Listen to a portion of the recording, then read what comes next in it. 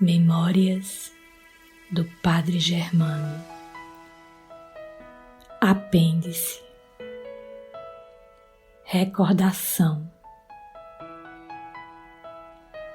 Esta página aqui colocada em apêndice aos fragmentos das memórias do Padre Germano foi ditada ao médium Francisco Cândido Xavier há quase meio século e estampada em Reformador, edições de 16 de fevereiro, 1º e 16 de março de 1932, acolhendo sugestão de entregá-la aos leitores de a notável pioneira do Espiritismo da Espanha, fazemo-lo convictos de que, como bem frisou o redator da revista Reformador, esta página de recordações da Terra, prenhe de emoções vivíssimas e de profundos ensinamentos, será devidamente apreciada por quantos se familiarizaram com os escritos do formoso espírito que foi, entre os homens, o Padre Germano. Nota da editora FEB, em 1976.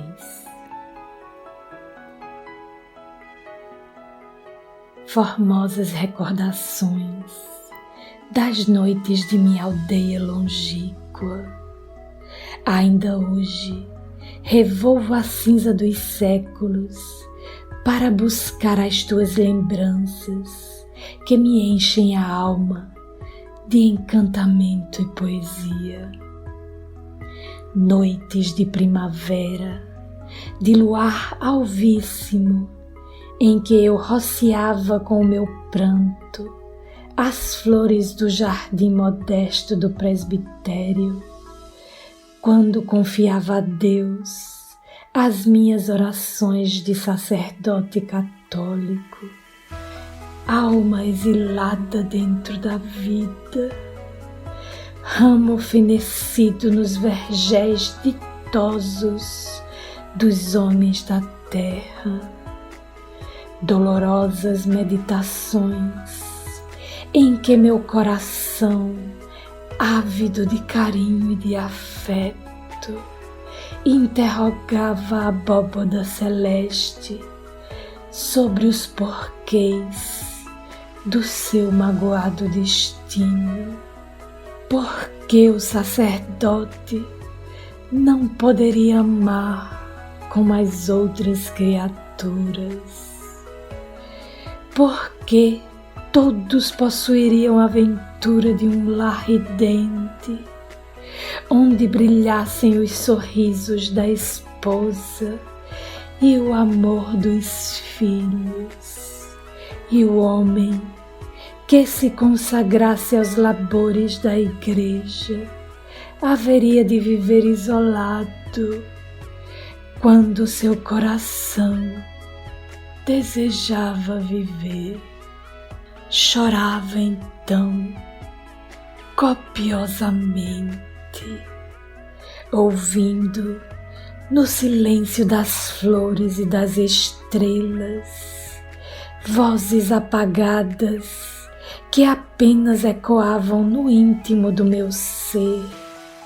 Ingrato, ao sacerdote foi confiada a mais sublime missão de amor.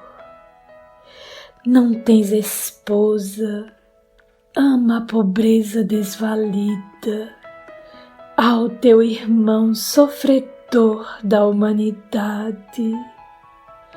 Não tens filhos, consagra-te aos infelizes, sê-lhes o Pai amoroso e compassivo, lenindo-lhes os padecimentos, confortando-os nas desgraças.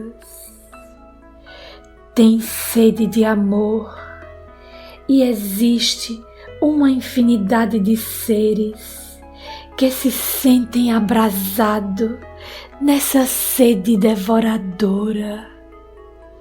órfãozinhos abandonados, mendigos sem pão e sem lar, olhos sem luz, multidões de desprezados que imploram a alma toda nos lábios, uma esmola de amor. Procura-os e reparte com eles o teu coração. Amar é plantar felicidade na terra. Ama e seguirás fielmente os luminosos passos de Jesus. Lastimava então longamente os meus minutos de fraqueza na árdua tarefa a que me devotara voluntariamente, e consolava-me sonhando um canto estrelado depois da existência terrena, ao lado de uma jovem pálida de cabelos negros que sorria divinamente. Foi uma dessas noites enluaradas, repletas de vanegados perfumes da primavera, quando após as minhas meditações acariciava a cabeça de Sultão, que fui surpreendido por insistentes chamados. Era um antigo criado do castelo de M, que eu muito bem conhecia, a exclamar lacrimosamente: Padre, vinde comigo, que o conde de M quer entregar-vos os seus derradeiros pensamentos. Como? O conde Enoque, que vi ontem gozando de uma invejável saúde? Sim, padre, foi acometido de um mal súbito e ninguém espera pela vida do senhor conde, que já se acha agonizante. Sultão me dirigia, o seu olhar inteligente como a dizer: vamos. E lá me fui, seguindo as passadas do mensageiro, mergulhado nos mais atrozes pensamentos. Se houve na minha vida de padre católico algo que me repugnasse, era por certo o trabalho penosíssimo de ocupar o tribunal da confissão, devassando as consciências alheias, o que sempre consideravam crime. Apavoravam-me os segredos que todos guardavam avaramente e que não se vexavam de trazer-me quando somente a Deus deveriam confiá-los. Que me poderia dizer na hora extrema o conde Enoque? Conhecia-o desde rapaz, como homem honesto e bom, justo e generoso. Desposara havia pouco tempo uma rapariga das cercânias, de nome Margarida, muito garrida e bela, um tanto frívola e vaidosa.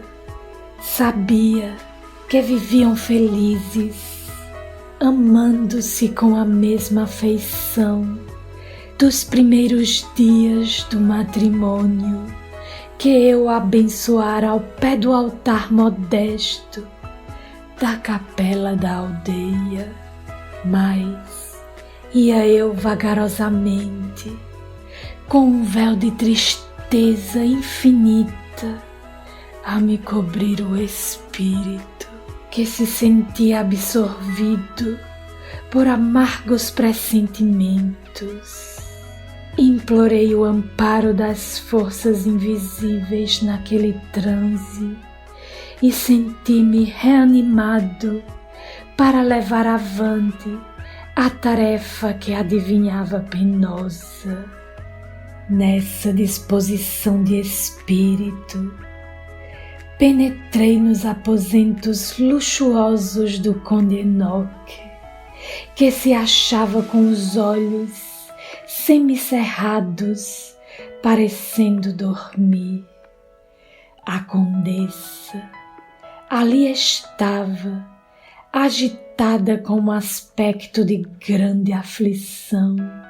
Pedi-lhe que se afastasse por momentos, para que eu permanecesse a sós com o agonizante, em quem já rareavam os movimentos da respiração.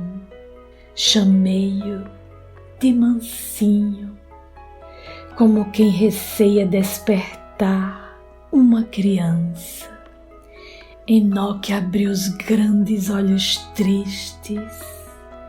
Uma grossa lágrima lhe deslizou dos olhos, pelas faces descoradas, ao ver-me, e murmurou, em voz quase imperceptível: Padre Germano, morro com a consciência tranquila e com a certeza de que Margarida me envenenou.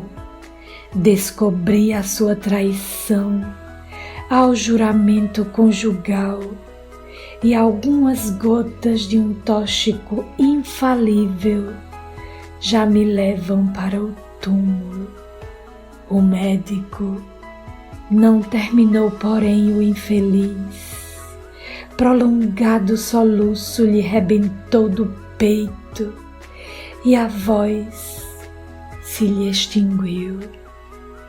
Um suave calor cobriu-lhe a fronte, gotas álgidas de suor lhe inundaram as faces, ensopando os travesseiros. Compreendi que era chegada a hora do seu desprendimento. Com a alma fundamente sensibilizada, falei-lhe aos ouvidos, abraçando-o: Filho, não guardes ressentimento de quem quer que seja.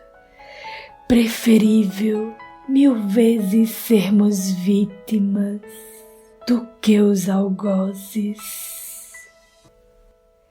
Tua alma, limpa das máculas do delito, partirá para as mansões de Deus, buscando o quinhão de felicidade que lhe pertence com justiça, enquanto os teus assassinos carregarão as algemas do remorso durante séculos. Parte, filho amado, que Jesus receba em seus braços amorosos e tutelares o teu espírito bondoso. Um sorriso divino pairou nos lábios do cadáver. Intensa emoção fazia vibrar todas as fibras do meu coração. Não pude reter as lágrimas. Parecia-me que aquela alcova enfeitada se iluminava de outras luzes mais formosas e sutis. Afigurava-se-me divisar entidades radiosas deslizando sobre os tapetes dourados, algumas em atitude de prece ao Criador. Outras, estendendo as mãos compassivas e ternas, a alma do esposo traído, ungindo-a de consolações. Após orar com fervor ao Senhor do Universo, abri a porta do aposento. A condessa então se precipitou sobre aquele cadáver pálido e triste, que parecia sorrir, beijou-o e abraçou-o freneticamente, pedindo-me angustiada que lhe repetisse as suas últimas vontades. Oh, a miséria humana! Uma dor mais profunda dominou-me totalmente. Sem coragem para lhe reproduzir as derradeiras palavras do conde, murmurei contristado: adeus, senhora.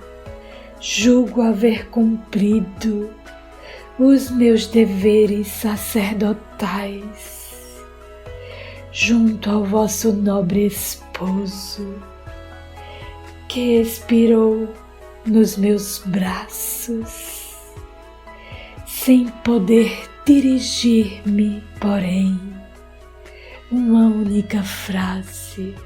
Essa alma bondosa levou consigo para o túmulo os seus últimos desejos.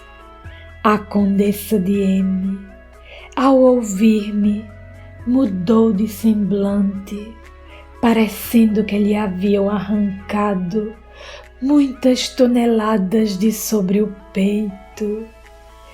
Despedi-me do castelo com a morte na alma, comovido com o sofrimento daquele homem justo que sucumbira aos golpes das perfídias mundanas. Nunca mais regressei àqueles sítios e durante muitas noites consecutivas orei pela alma do seu proprietário, pensando no mistério daquela morte repentina que a todos impressionara profundamente. O segredo que permanecia em meu peito, dolorosamente oculto no meu coração, fazia-me quase enlouquecer de angústia. Jamais conhecê-lo-ia o mundo. O que mais me penalizava, porém, era o endurecimento e a hipocrisia do espírito de Margarida, que após um ano de formalidades em luxos espetaculosos e pomposas exéquias, saiu a campo, desposando daí a 2 anos o médico que diagnosticara a enfermidade do desventurado Enoque. O novo esposo da condessa assenhoreou-se de toda a imensa fortuna do condado de M, esbanjando grandes haveres em prazeres fáceis, acompanhado da fútil e cruel Margarida, que ia descendo de abismo em abismo.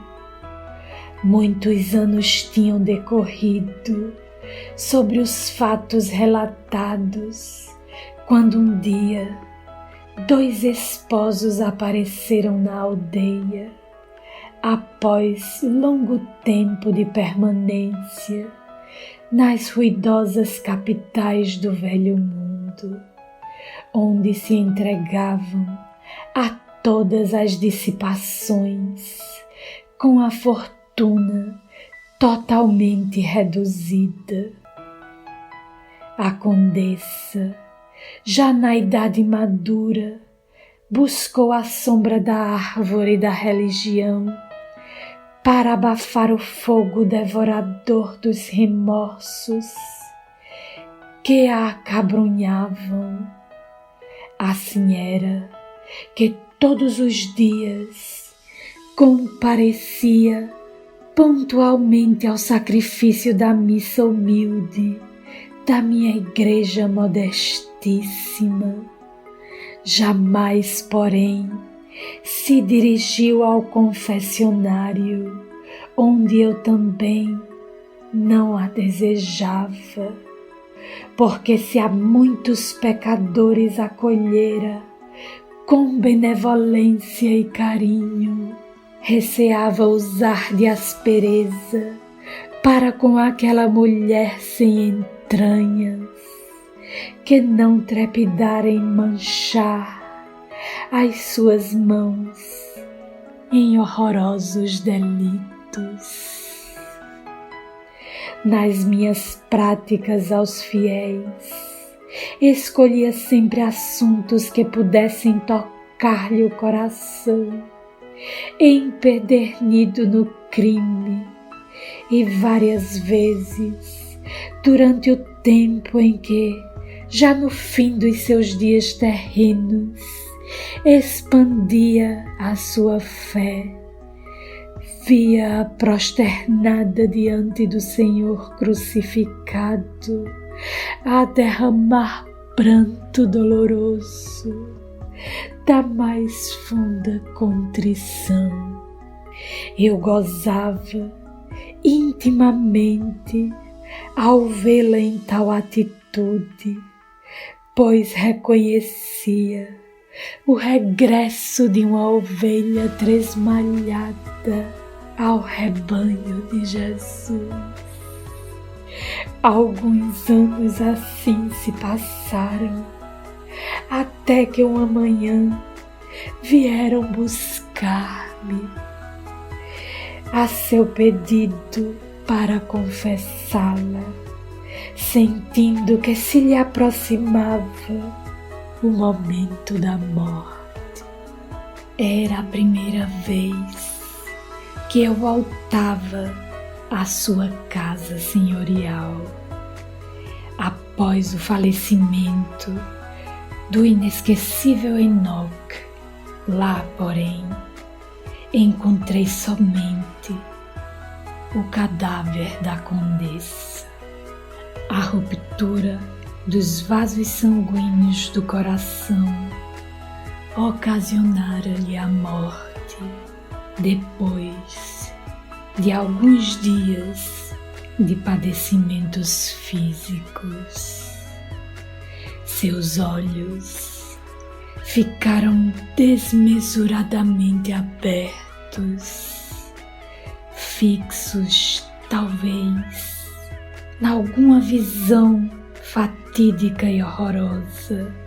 Ah, por certo aquela alma se confessaria a Deus, pedir-lhe-ia perdão para os seus grandes pecados.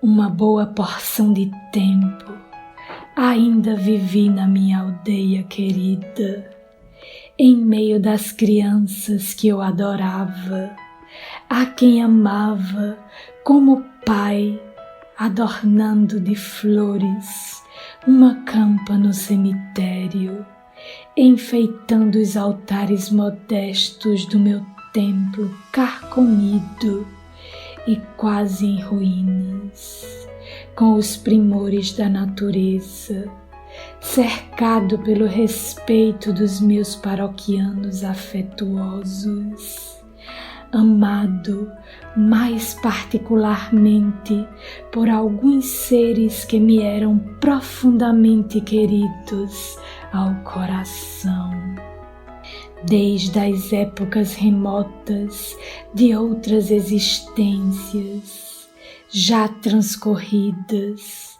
elevando hosanas ao Senhor, que se dignava bondosamente conceder tantas alegrias ao seu servo imperfeito. Inúmeras vezes, quando me dirigia com os meninos à fonte da saúde, situada no caminho que conduzia ao antigo castelo de dois espíritos que certamente já se haviam defrontado no limiar da eternidade. Afinal, com o organismo combalido pelas lutas da terra, também parti em demanda do firmamento luminoso que povoava de encantadoras esperanças os meus sonhos de alma exilada. Quando me vi rodeado de amigos caros que me haviam precedido no além, notei que Enoque era um dos primeiros que vinha, sorridentes, ao meu encontro. Reavivou-se então no meu espírito o doloroso drama de sua existência e abracei-o, emocionado. Agradeceu-me comovido o interesse que eu sempre manifestara por ele durante os meus dias planetários e junto a outros desvelados mentores e amigos espirituais, sentindo-nos todos envoltos nos santos eflúvios do amor divino. Gozamos intensamente a realização dos mais belos sonhos que os sofredores da terra apenas vislumbram em meio dos seus agros padecimentos. Deslumbrado por tantas e tão imensas maravilhas que o Pai concede a todos os seus filhos que o queiram buscar pelo cumprimento dos deveres, esqueci, por grande lapso de tempo, as coisas terrenais, para meditar somente em Deus e em Deus viver. Mais tarde, porém, vim a saber, por intermédio de Enoque, a situação angustiosa do espírito infeliz de Margarida. Sofria atrozmente com os remorsos que a perseguiam como chicotes de chamas, fazendo-lhe viver num horroroso inferno, onde imperavam todas as trevas e todas as dores reunidas. Em meio dos seus padecimentos, não conseguia ouvir a voz consoladora dos seus amigos redimidos, escutando apenas os gemidos, as clamorosas blasfêmias, os soluços prolongados dos seus companheiros de tormentos. Um quarto de século passou antes que a alma da ex-condessa de M conseguisse escutar os nossos conselhos que a incitavam a suplicar ao Criador uma nova existência de lutas. Margarida havia derramado muitos prantos remissores, filhos de sincero e fundo arrependimento, mas era preciso voltar à terra e conquistar no sofrimento a sua felicidade futura. Afinal, sem que nunca se houvesse encontrado com Enoque, seu antigo companheiro de existência planetária, reencarnou numa aldeia paupérrima da Ístria, localizada na região triestina. Deixemos correr alguns anos. Acompanhemos uma pobre mulher, vagabunda e andrajosa, que se aproxima da velhíssima aldeia de Á, no litoral do Adriático. As crianças se espantam ao vê-la, apesar de ser moça ainda.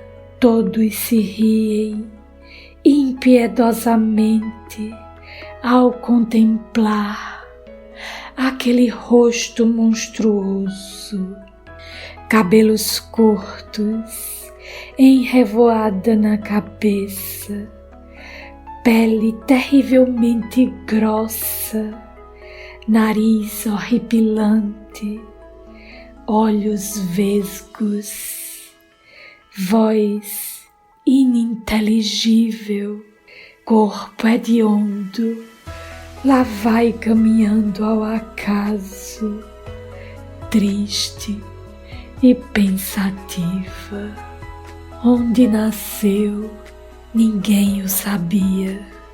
Como se chamava, ninguém a entendia, pois que sua voz era um composto de sons guturais indecifráveis.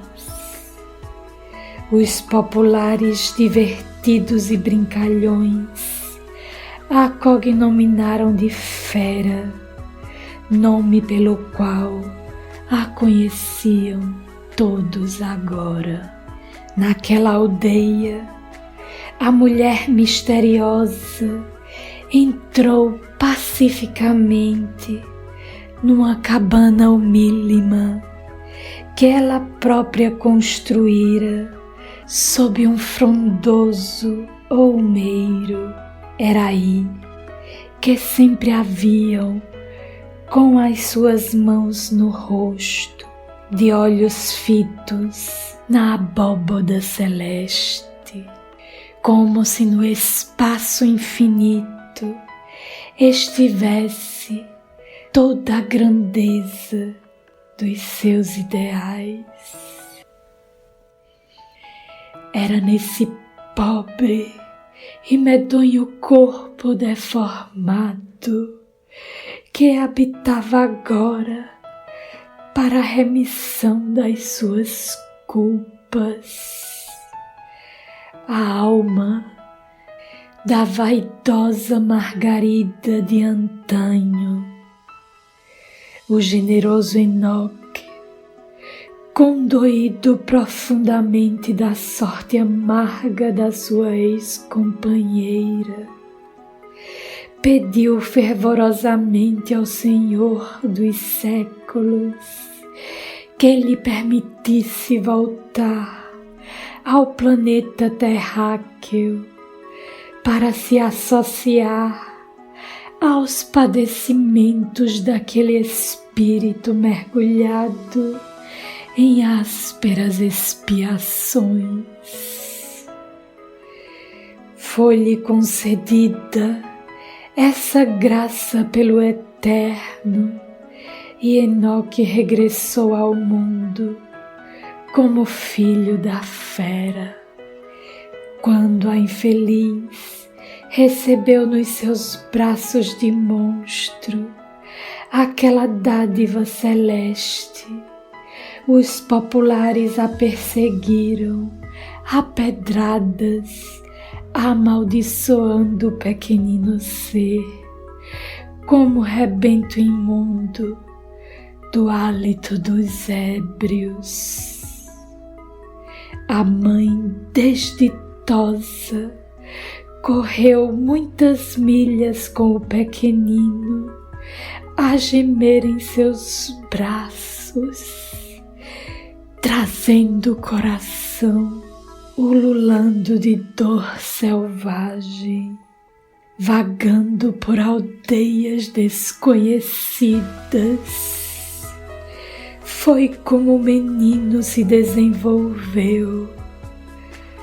Tudo nele era diferente da sua genitora.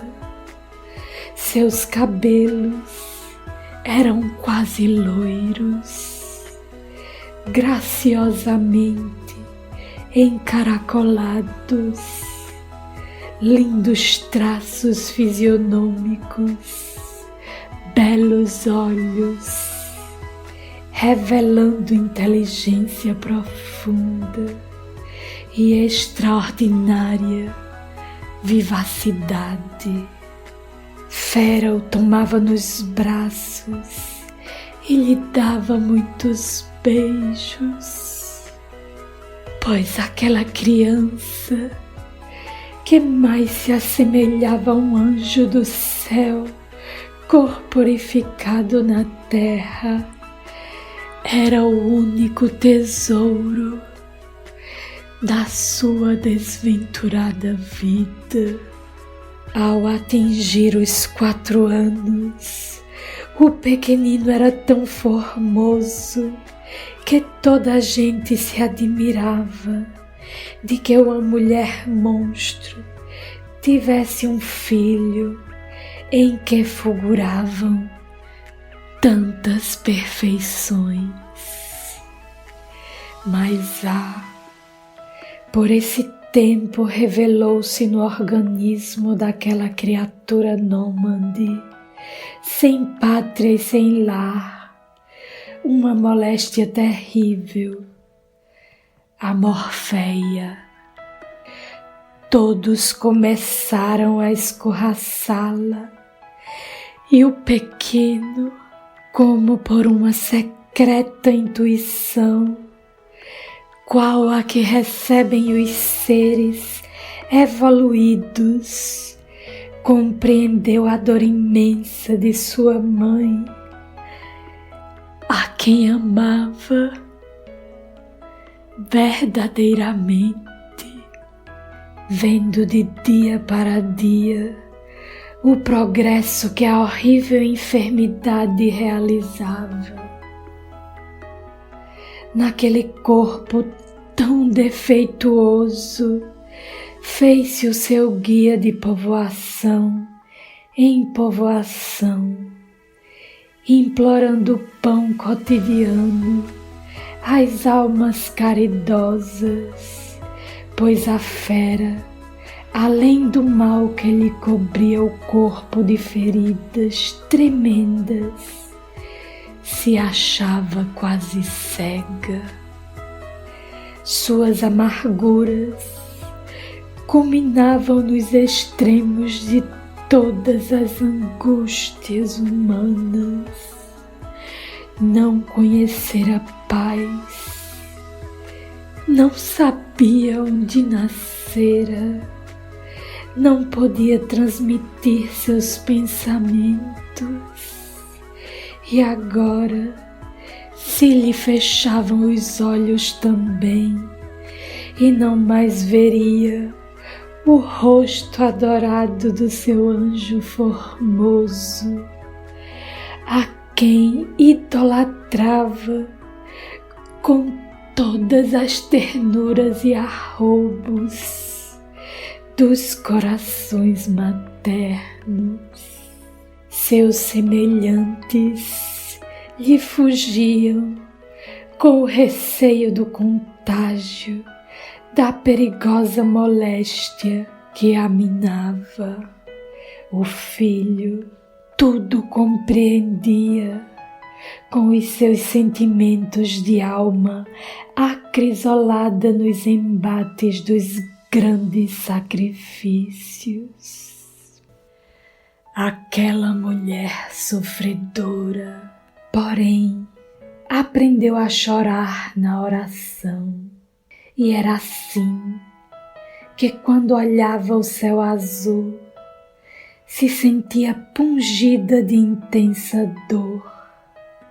mas ignorava donde poderia vir-lhe.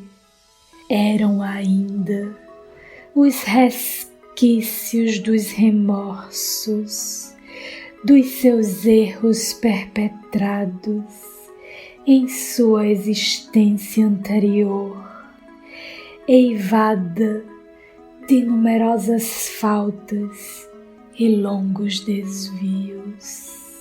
Recordava vagamente de que havia infringido de maneira grave as leis divinas e sentia que todas as punições eram necessárias ao cinzelamento de seu espírito maculado.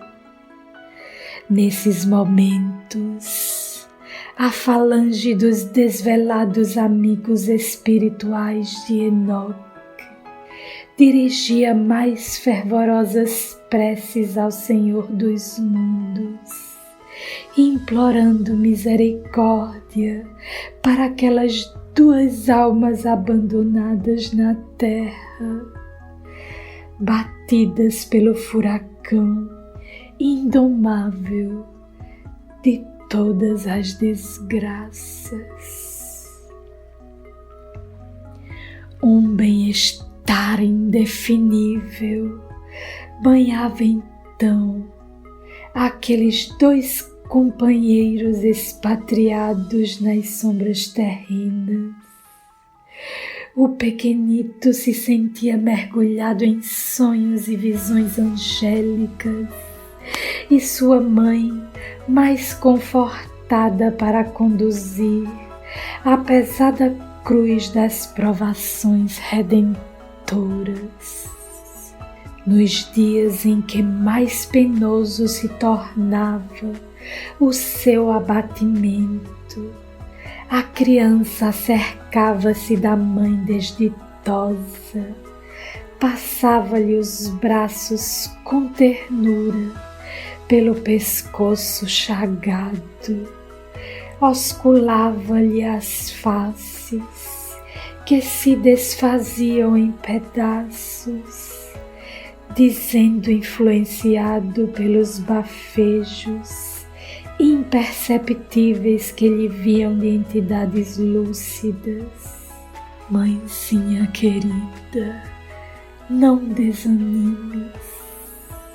Todas as noites sonho com uma aldeia muito linda, onde existem aves de luz cantando nos ramos verdes das árvores, que são muito belas, carregadas de frutos e de flores.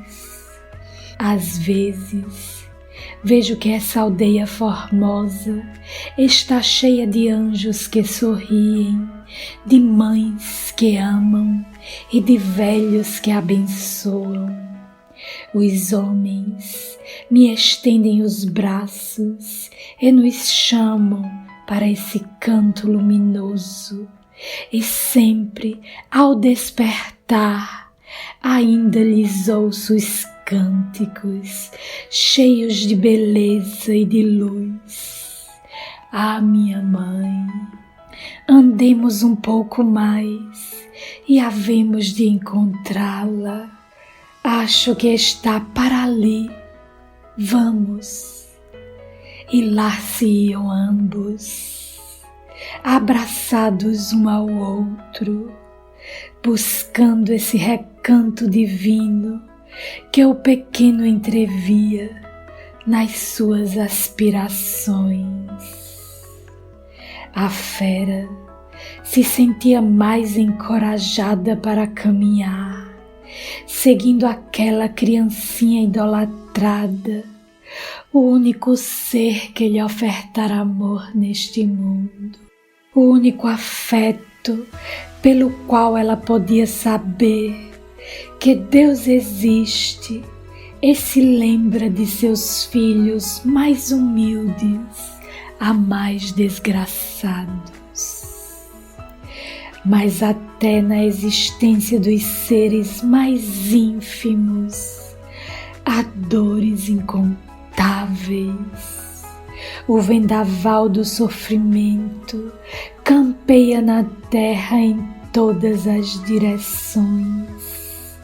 Numa tarde de rigoroso inverno, em que se sentia frio intensíssimo em toda a península da Ístria, o pequenino deixou sua mãe sob um velho olmeiro próximo de uma povoação que ele não conhecia, a fim de mendigar um pedaço de pão para ambos.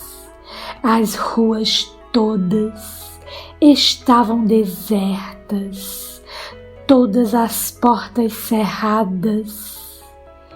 Uma tempestade de neve começava a cair impiedosamente. Flocos brancos, alvíssimos, batiam sobre a terra, formando camadas sobrepostas. O menino foi colhido por essa avalanche apavorante. No dia seguinte, a pobre mãe, como louca, bradava furiosamente numa dolorosa algarravia a todos os transeuntes. E após algumas horas de procura, vendo-lhe aos braços já roídos pelas chagas, um cadáverzinho pálido da cor da neve que eu guardara, fera fitou angustiosamente como leoa ferida, estreitou ao coração aquele alvo corpo minúsculo que lhe não era dado ver na sua cegueira, cobriu-o de lágrimas dolorosas, até o momento em que mãos caridosas o entregavam à terra benfazeja. A fera foi reconhecida. Aquela aldeia era a mesma onde vira a luz pela primeira vez o seu anjo adorado. Deram-lhe generosamente a cabana arruinada em que outrora vivera para passar o resto dos seus dias.